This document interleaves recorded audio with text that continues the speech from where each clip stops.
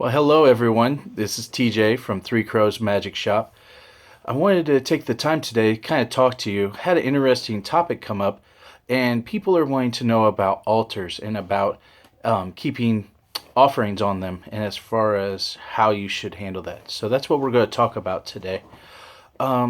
This is pretty, for me, it's kind of simple that if you wouldn't eat it or if it's something that you wouldn't drink, then you probably shouldn't keep it on the altar for whoever you're working with, whether it's your ancestors or whether it's your deities that you work with, or the Orisha, the Lao, or any of them. It's to me, there's some simple things that you ought to look at.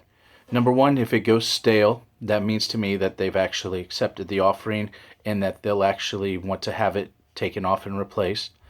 Also, if you start to see any mold on the food that starts to take form, besides the staleness, this oftentimes is a great way to take off the food that you're putting on there. Other things that are on there that you should look at, if you have fresh flowers, when they start to wilt, to me that's a good indication that it's time to replace the flowers or just take them off as well. I like to keep an eye on the water, and I often replenish the water just to make sure it doesn't get cloudy or milky or murky. Another thing that I like to do is when there's water on the ancestor altar, that's something that needs to be replaced daily, so that way you're refreshing their essence for them. There's things that you can keep on the altar that I think is something that's consistent. Any money that you put on there, as far as coins, I don't feel like you need to replenish these or replace them, go and spend them. That's something you just need to talk with the deity or any ancestors that you're talking with, and they will guide you in that way. That's why it's important to have that relationship, because this is a relationship base where you actually need to be working with them. So you wouldn't want somebody stealing your money out of your pocket, so make sure you don't do it to them.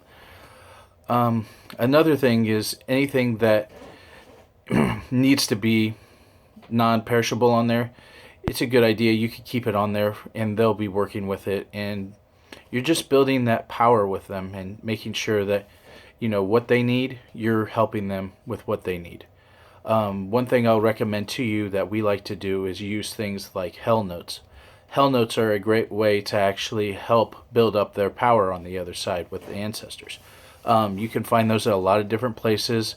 Hell notes are a great way to get the money from the other side, so that way they're working with. So don't want to go too much into that, because we want to keep this about actual offerings on the altars and not actually offerings that we're burning up for them.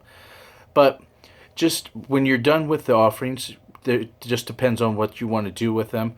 A lot of people just throw away the offerings when they're done. Some people I heard have actually buried them. We just tend to, if they're food, throw them away because they're moldy and all that.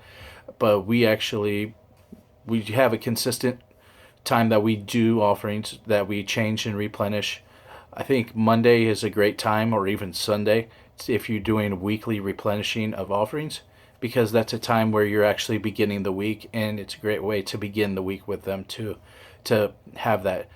I like to give coffee to one of the deities that I work with, so it's kind of like we're both having coffee together and just having that family time. So anyways, I hope you enjoyed this video. Amanda and I will be doing more videos here soon, but this is just one topic that has actually came up that we wanted to talk about, and saw some people actually need a little info. So if you have any questions, you can shoot us a message at threecrowsmagic@gmail.com. That's the number three, crows, magic, MAGICK, @gmail.com. Or you can message us on Facebook at Three Crows Magic, or you can send me a personal message, send Amanda a personal message, or you can write us on our website. There's a contact us button there.